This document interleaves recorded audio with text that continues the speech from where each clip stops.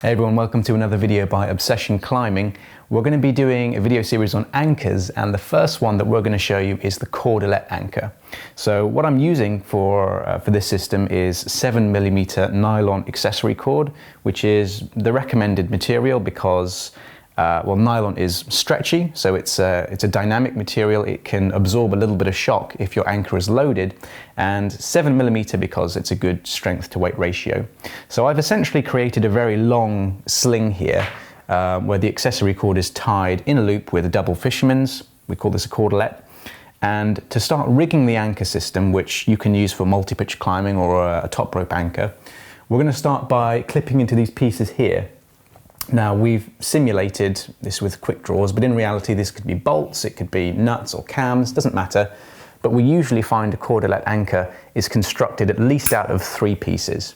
So we're going to clip in here, and the third one. And then what we're going to do is we're going to drag down these intermediates to create our 3 separate arms. And you can see here that this fisherman's knot is creeping up a little bit. I want to try and control that because I don't want it to interfere and press on the carabiner because that'll compromise the strength of the knot. So I'm just gently dragging down until we kind of reach this master point here. So let's just get all sort of loops equal. So all of the arms are of equal length and under tension.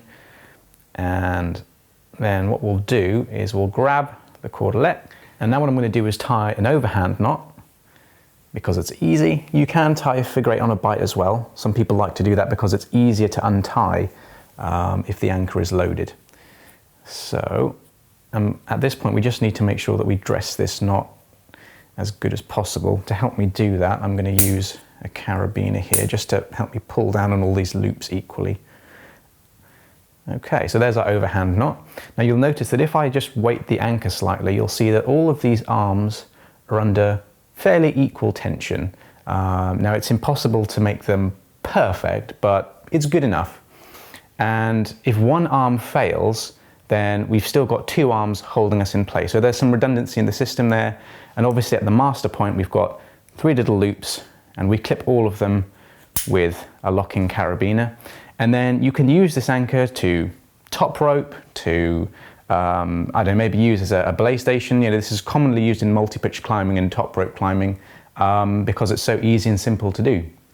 Now, there are a few problems with the cordelette anchor. And the first is that there is no equalization if you change distance. So if you climb off axis, so let's say that this is a top rope anchor, and the climber is fairly near the top and he decides to kind of traverse off to the side.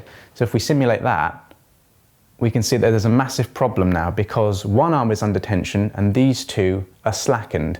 So essentially there's only one arm bearing the weight, and then if the climber falls, obviously the master point is going to swing back, so climber's falling, and then these 2 arms then come back into tension quite rapidly.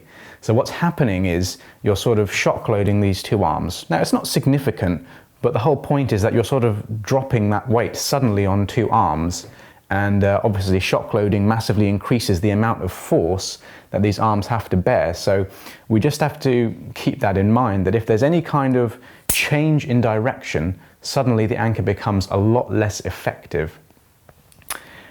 Other than that, I mean, it's a fairly straightforward system. It's used all over the world for multi-pitch and top rope, as I said. It's probably the anchor that most people start with because it's so easy to learn. So there we go. There's your basic cordelette anchor. We'll be moving on to other ones throughout this series, and the next one we're going to cover is the sliding X. See you on the next video.